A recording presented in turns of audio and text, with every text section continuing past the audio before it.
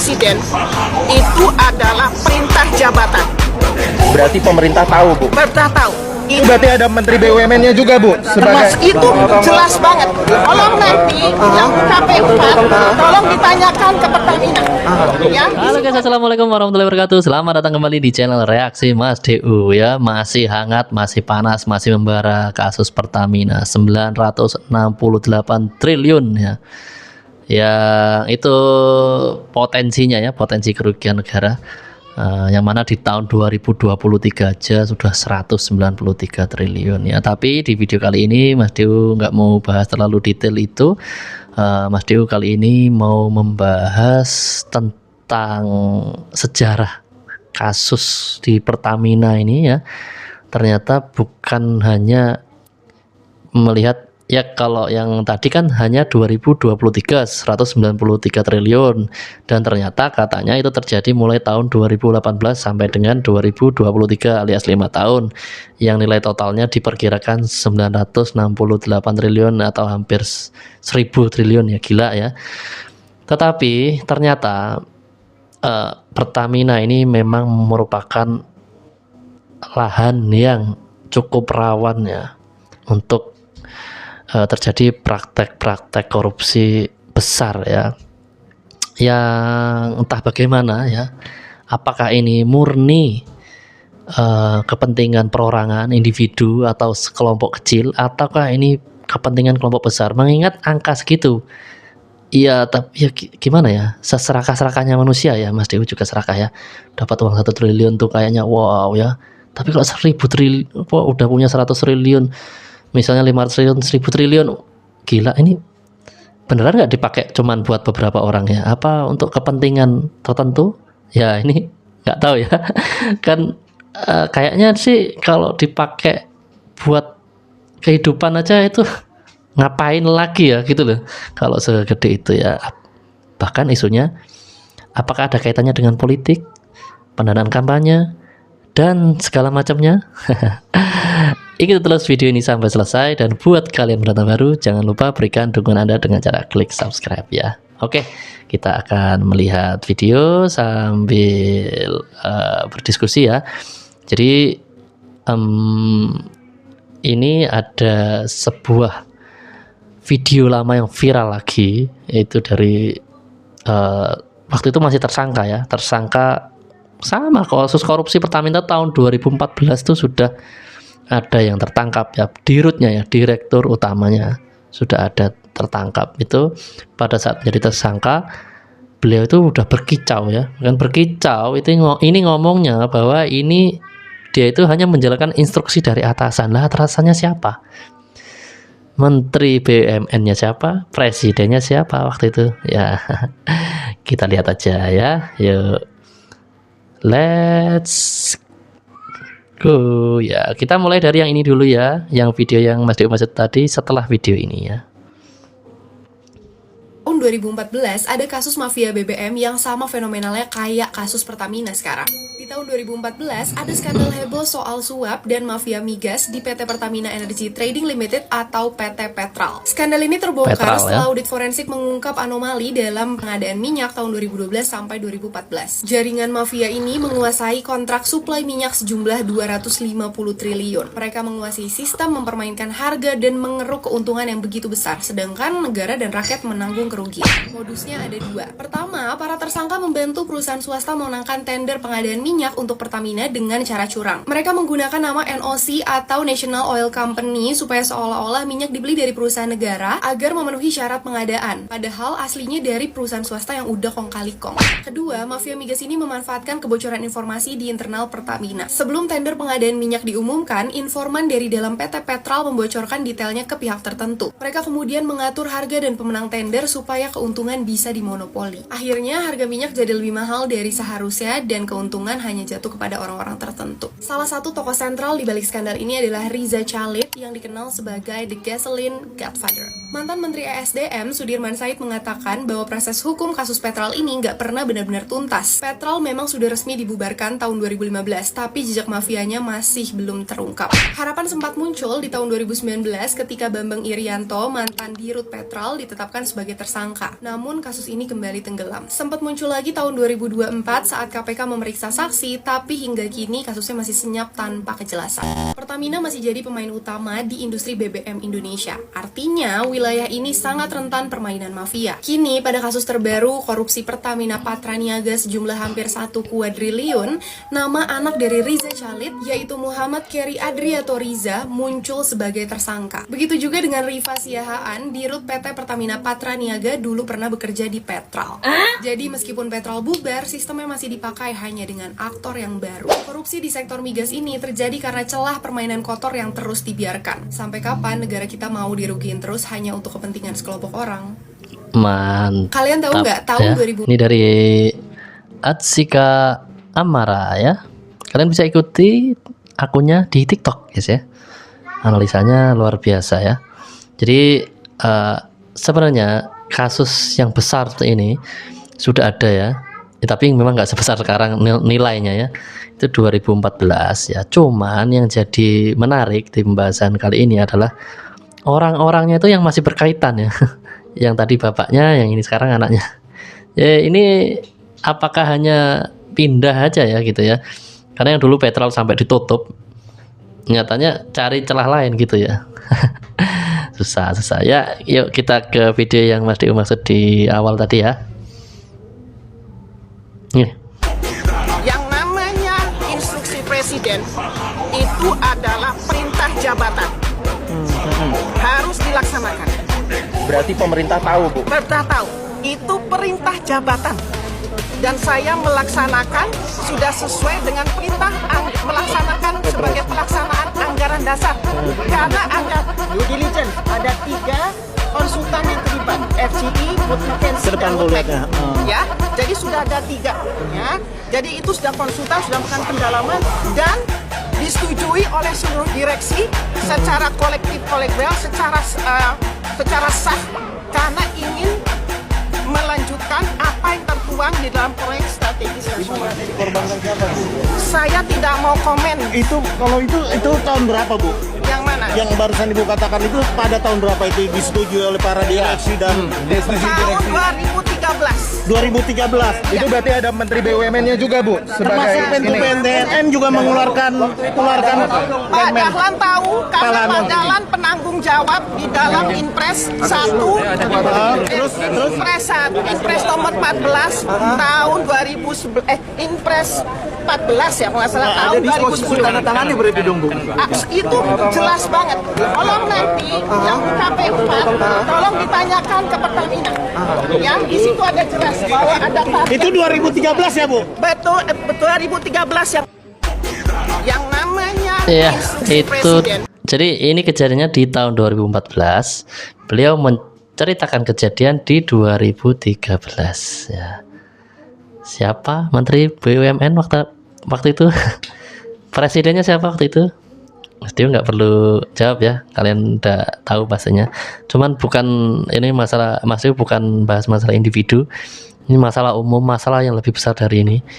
Apakah hal-hal seperti ini memang ditujukan untuk kepentingan yang lebih besar ya, bukan hanya untuk kelompok kecil atau individu seperti Mas Dio bahas di awal tadi ya. Apakah ada kaitannya dengan politik, dengan kampanye misalnya? Kok kebetulan kalau memang 2013 itu kan mendekati pemilu ya. Dulu kasus Bank Senturi juga mendekati pemilu ya. Terus yang ini yang terakhir yang katanya 2018 kan, yang 193 triliun mendekati pemilu. Ini kebetulan atau gimana? Ayo dipikir ayo. Karena kita tahu ya biaya pemilu itu juga nggak sedikit guys ya. Aduh, biaya kampanye maksudnya, bukan biaya pemilunya kan negara yang biayai. Yang kampanye nih, gimana menurut kalian? Ya? Yuk lanjut ya, tulis di kolom komentar guys ya. Ex-Direktur Utama orangnya Pertamina Karen Agustiawan divonis 9 tahun penjara. Hakim menyatakan Karen terbukti bersalah melakukan tindak pidana korupsi terkait dengan pembelian gas alam cair atau LNG. Dalam amar putusan yang dibacakan oleh Ketua Majelis Hakim Mariono pada Senin sore di Pengadilan Tipikor Jakarta Pusat, Karen Agustiawan terbukti secara sah dan meyakinkan melakukan tindak pidana korupsi. Hakim juga menghukum Karen membayar denda sebesar 500 juta rupiah. Jika denda itu tidak dibayarkan dalam waktu 1 bulan setelah vonis berkekuatan hukum tetap, maka diganti dengan pidana kurungan selama 3 bulan. Majelis Hakim menilai hukuman itu pantas untuk Karen. Hal yang memberatkan dalam kasus ini adalah tindakan Karen dinilai tidak mendukung pemerintah dalam upaya pemberantasan korupsi di Indonesia dan juga mengakibatkan kerugian negara. Sementara itu pertimbangan yang meringankan adalah Karen dinilai tidak mendapatkan hasil atas korupsi yang dilakukan. Vonis Karen lebih rendah dari tuntutan jaksa, yakni 11 tahun penjara dan uang denda sebesar 1 miliar rupiah. Jelajahi cara baru mendapatkan informasi. Ya, beliau tadi namanya Karen Agustiawan, Direktur Utama Pertamina waktu itu ya, jadi ex ya, mantan Direktur Pertamina. Dan dalam sidang itu beliau divonis 9 tahun penjara. 9 tahun penjara, ada denda juga ya tadi ya, 500 juta. Yang menarik yang sebelumnya tadi ya, di mana beliau berkicau bahwa Pak Menteri tahu ya, Pak Menteri tahu, bahkan menyebut namanya tadi ya, dan Presiden pun tahu ya. Jadi Menteri sampai Presiden tuh tahu ya. Itu bahkan itu katanya instruksi ya, instruksi dari atas ya. Atas tuh yang dimaksud gimana itu, presiden sama menteri ya. Ini kacau ya, kacau. Lanjut. Karena terus terang di Pertamina ini adalah berkumpulnya mafia-mafia di BUMN adalah di Pertamina. Ya, karena itu harus hati-hati. Mungkin Pak Simon tidak tahu. Silakan Pak. Mungkin ada beberapa, karena kami DPR pasti menerima aspirasi. Baik itu dari investor, baik itu dari rakyat, baik dari apa, kita terima. Tapi disinilah Pak Wiko, yang sudah paham semua Pak Wiko di sini, hati-hati Pertamina. Yang satu bawa bundar, yang satu bawa merah putih, yang satu bawa komisi 6, ya kan, yang satu bawa coklat, yang satu bawa hijau. Jalankan monggo. Tapi dengan satu syarat, profesional, kompetitif yang kita harapkan dalam Pertamina, dalam ketahanan energi ini, yang bisa maksimal. Saya kira itu. Ya. Ini bagaimana seorang anggota DPR pun mengucapkan hal seperti ini ya. Bahwa Pertamina itu intinya sarangnya mafia gitu ya. Anggota DPR loh ini yang ngomong ya, bukan saya ya. Jadi beliau sudah sering mendengarkan aspirasi ya dari rakyat seperti itu ya, makanya mendapatkan info-info seperti itu. Wow, gila banget ya, gila pokoknya. Sorry. Ya, lanjut ke video berikutnya.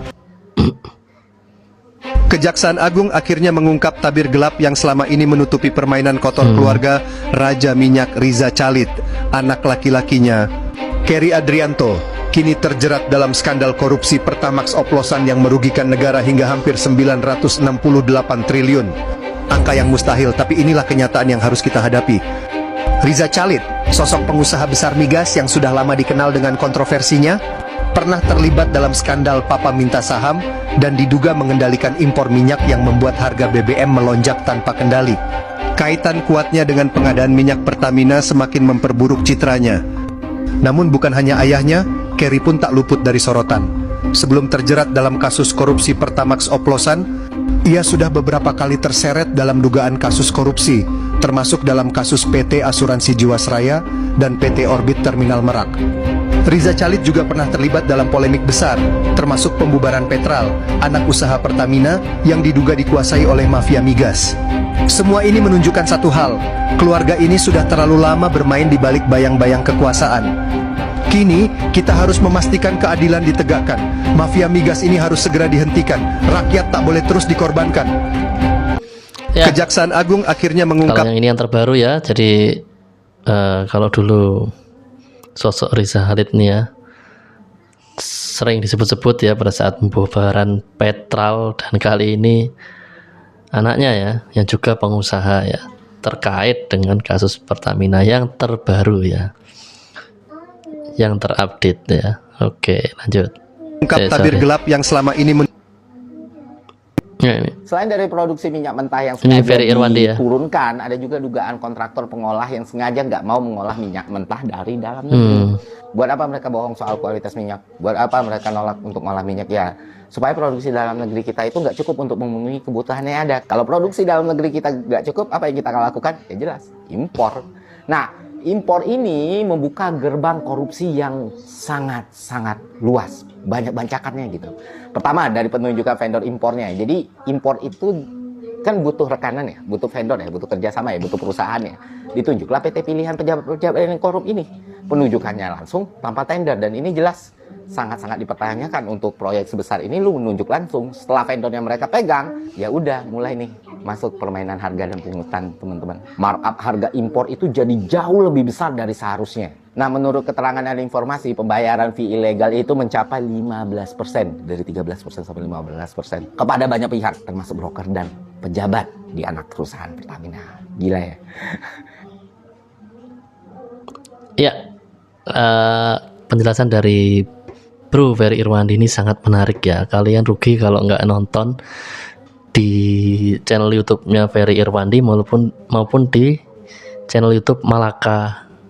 Ini kalau di masih lihat nih di TikTok Malaka Project ya, tapi di channel YouTube-nya kalau nggak salah Malaka aja namanya ya.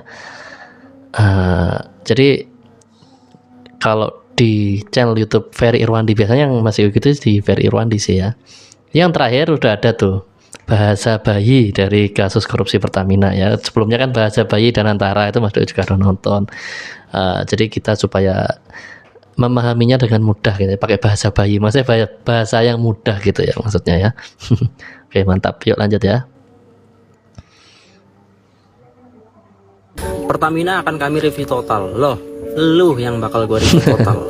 Gak punya malu. Jean-Paul Sartre dalam bukunya Being and Nothingness di chapter The Existence of Other, Sartre membahas tentang konsep shame, rasa malu, bentuk kesadaran diri yang muncul ketika seseorang menyadari bahwa dirinya sedang dilihat dan dinilai oleh orang lain. Jadi malu bukan sekedar refleksi diri, tetapi muncul karena kehadiran yang lain.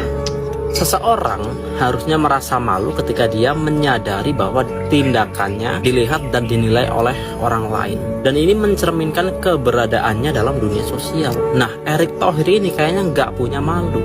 Bahkan mungkin telah kehilangan kesadaran diri dalam relasi sosial. Seolah-olah dia tidak lagi melihat yang lain sebagai subjek yang menilai. Bahkan dia nggak peduli dengan penilaian masyarakat. Mungkin dia pakai penilaian sendiri tuh, yaitu survei kepuasan publik. Pertamina akan kami review. Menarik ya, ini dari Mas Aat Axel ya. Ini banyak sekali kontennya di TikTok, menarik-menarik ya. Yang paling kena Pertamina akan kami review total. Elu yang saya review total. Oke, terima kasih Mas Aat Axel ya. Lanjut. Di Pertamina ada lagi nih. aku masih jual rugi Pertamax meski harganya sudah naik 14.500. Pertamax itu kan RON 92. Nah, bolehlah kita tengok kerajaan tetangga nih, Malaysia nih. Jadi di Malaysia itu nggak ada RON 92, mereka pakai lebih tinggi, 95 dan 97. Di Malaysia harga RON 95 tanpa subsidi itu di bawah 3 ringgit atau di bawah 11.000 rupiah. RON 97 3,19 ringgit atau di bawah 12.000 rupiah. Dengan kurs 1 ringgit dibulatkan 3.700 rupiah. Kalau gitu logikanya, impor aja dari Malaysia, gak usah subsidi, jual 13.000, masih untung itu Pertamina. Atau kalau nggak bubarin aja Pertamina deh, kasih Petronas masuk sini dah. Negara apaan itu? Iya juga ya. Dijual 14.500 katanya masih rugi. Kok bisa ya? Kok bisa? Tapi negara tetangga jual harga di bawah itu masih untung-untung aja ya. Malah 11.000 itu udah RON yang 95. Kita RON 92 tuh. Ya kalau rugi-rugi aja mending bubarin aja katanya ya. Ya masuk akal juga ya. Udah biarin negeri tetangga aja yang jualan di sini, yang buka-buka pom di sini ya. Kita ngisi di pomnya negeri orang aja kalau gitu caranya. Masa rugi-rugi terus ya. Yuk lanjut. Nah, ini menarik nih. Untuk apa orang mengumpulkan Nih, 110 dengerin triliun untuk dirinya dalam 5 tahun? Nggak masuk Nggak akal. masuk akal. Ya makanya buat apa? Kecurigaannya? Ya, kan artinya besar kemungkinan itu tidak hanya untuk dirinya. Oke. Kita nggak lihat dia punya perusahaan besar-besar, nggak punya apa-apa, dan lebih-lebih dari seperti itu nggak ada kegiatan dia yang membutuhkan hajat uang besar. Betul. Seperti misalnya umumnya para politisi, kan? Mereka punya partai, mendanai partai, lalu mau jadi caleg, mau jadi calon Buat presiden, kampanye. mereka butuh uang. Mereka ini profesional semua. Nah, lagi-lagi nih pola. Umumnya itu selalu bersentuhan dengan politik. Betul. Nah, politik ini menghajatkan uang besar, dan uang besar itu didapatkan dari mereka yang bekerja di kelompok-kelompok profesional, yang dengan cara begitu politik mengalir, mereka bisa didiamkan. Ini 2018 menjelang setahun. Nah. 2019. Oke. Oke. Contoh paling kecil adalah soal Danantara. Bagaimana Kak Danantara itu bisa dijabat oleh orang-orang yang satu tugasnya banyak banget. Menteri merangkap CEO Danantara. 2 presiden masuk di dalam sebagai pengawas. Yang satunya kita persoalkan dulu soal Bank Senturi, lalu kita persoalkan soal Hambalang. Presiden yang lain adalah soal IKN, soal masuk di OCCRP, macam-macam dan seterusnya itu. Lalu jadi dewan pengawas yang bernama Danantara. Dari bawah dulu, dari bawah dulu. Kadang-kadang kita repot ya. Ada orang yang berani belak-belakan, salah. Ada orang yang diam-diam, salah juga. Kan ini kali pertama kita melihat komisaris berani belak-belakan loh. Belak-belakannya belakangan. Ya mau belakangan mau di depan. Nggak bisa, kalau belakangan namanya itu pahlawan Ini kesiangan. bahasa Ahok ya. Orang sudah kerja Bahasa Ahok semua, ya, Kejaksaan Agung, ya kan, Sorry. apa namanya itu, Dirut BUMN, Dirut Pertamina udah bekerja, membuka pintu, pemerintah Prabowo udah buka pintu, segala macam. Ini sudah ada tetapkan tersangka, tiba-tiba nongol. Itu namanya kesiangan. Mau pahlawan kesiangan, mau pahlawan kemalaman, kepagian, itu nggak terlalu penting. Penting, Ya. karena Anda Yang tahu penting nggak? itu Anda adalah Ray orang Rangkuti, ini siap Anda tahu dipanggil nggak? oleh Anda tahu nggak? kejaksaan untuk dimintai Terminologi keterangan pahlawan kesiangan itu apa? terkait dengan kasus itu. Kalau Endarsam mau meributkan pahlawan siang, pahlawan tengah, pahlawan malam terkait dengan Ahok, kenapa dia nggak ribut Menteri BUMN? Kok ketemu dengan Jaksa Agung? Itu cara Dalam kasus ini tengah diselidiki. Bung Rey, Mestinya itu cara itu berpikir yang seorang harus diktator. diributkan. Itu Kenapa? cara kalau Karena Anda berkuasa, Menteri Anda BUMN berkuasa, adalah Anda orang akan yang sedang Anda akan menjabat. cari target, Dan kemudian dia adalah Anda orang cari yang memiliki tanggung alat jawab buktinya untuk Kepada mengincar peristiwa orang itu. Lah, Itu yang tapi nggak itu boleh. tidak diributkan. Gitu loh. Kenapa Hendarsam tidak mengatakan itu pahlawan tengah malam, pahlawan tengah pagi, tengah siang, dan sebagainya? Pertanyaan kenapa Anda harus Dia ngincar ribut itu? kepada Ahok yang nggak punya jabatan apa-apa. Bagaimana dana yang begitu besar hilang dari negara ini, satu pun tidak ada yang bertanggung jawab, seolah-olah semua tertimpa kepada komisaris. Bung Hotman mengatakan, Siapa yang nggak bertanggung Ahok, jawab?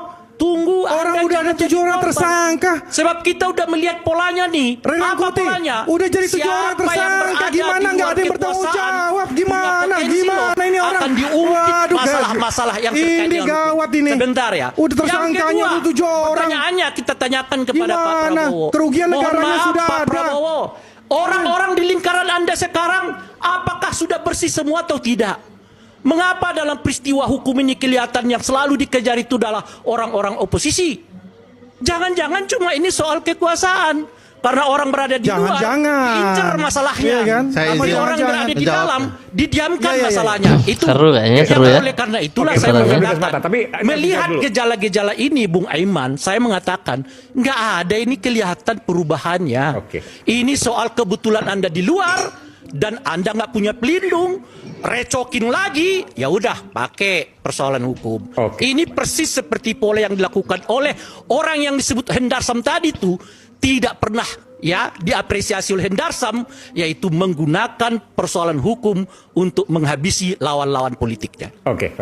Untuk apa orang mengumpulkan 110? Ya, kalau pengen lihat lebih lengkapnya, kalian bisa lihat ya. Ini di iNews kalau nggak salah ya. Di iNews TV. Ini ya sumbernya iNews TV ya. Setiap jelang pemilu ditemukan kasus korupsi. Siapa dalang utamanya? Ya ini jadi ini Mas Dewo nggak mau deh bahas personal individu-individu ya, ataupun kalau tadi disebut di awal tadi Menteri BUMN, makanya nggak perlu sebut lah, kalian tahu, cari sendirilah siapa nama Menteri BUMN-nya dulu.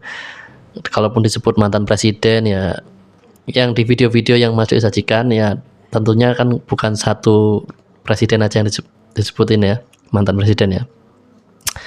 Ada ya yang lama kan 2013 ada Pak SBY, yang ada lagi Pak Jokowi juga disebut. Maksudnya gini, kenapa sistem ini kok berulang setiap mau pemilu itu ada korupsi kenceng tuh, korupsi besar ya, itu sistemnya ya. Jadi mau siapapun orangnya, kalau ada pola-pola seperti ini bahaya gitu loh guys ya. Jadi Mas Dewo nggak bahas individunya. Kalau kalian mau bahas individunya silahkan, nggak apa-apa ya, bisa tulis di kolom komentar.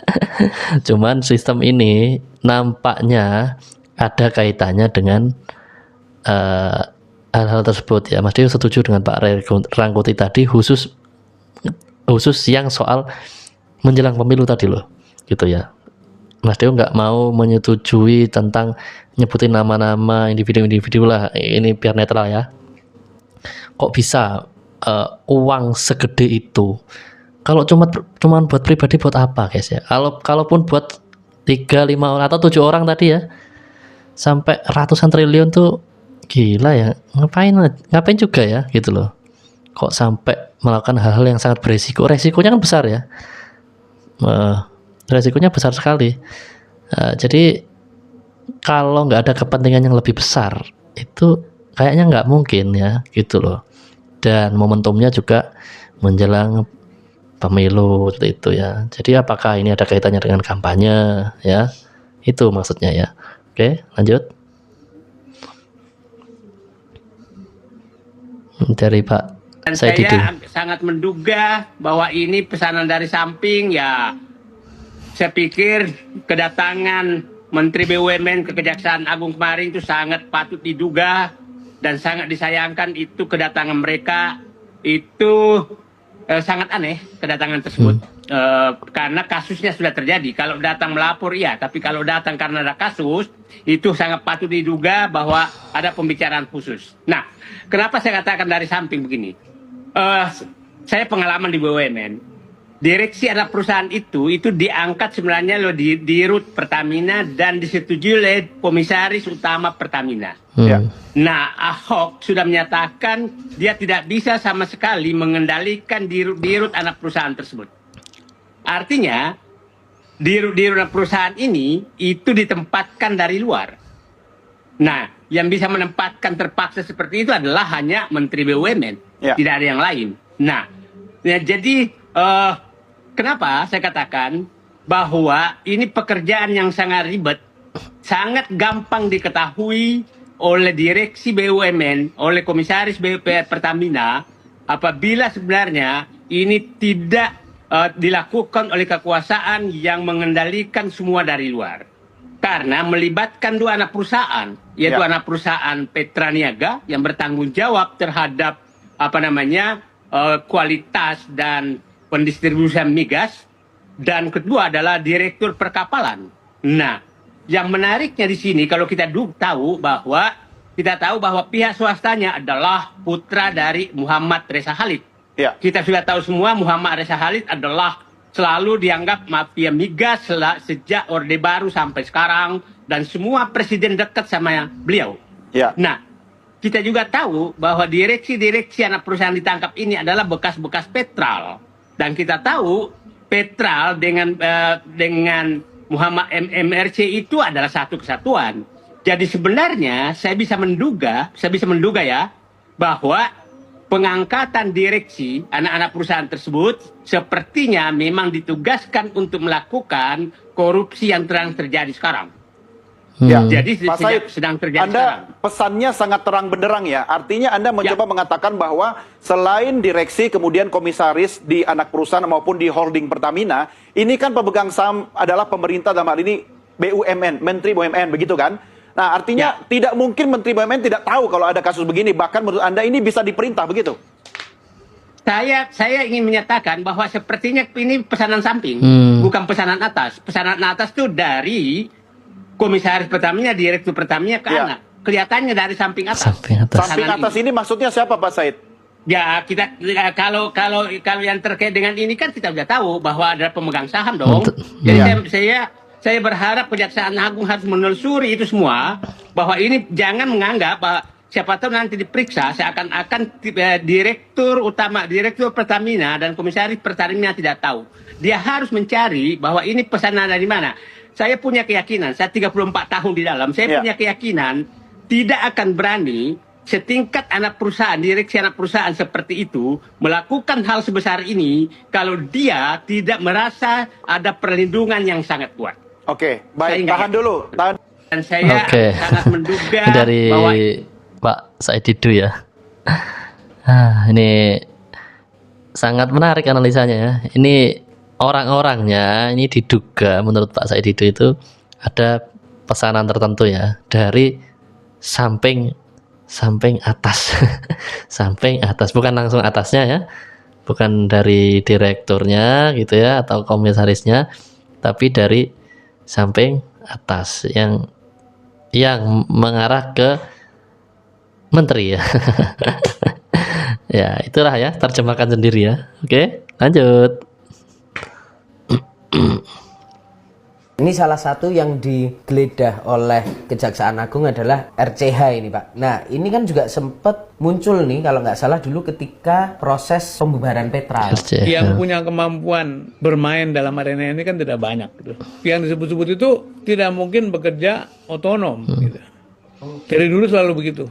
Masih ada orang-orang kuat di belakangnya. Orang kuatnya siapa? Gitu. Di tengah-tengah proses audit terjadi gangguan-gangguan gitu.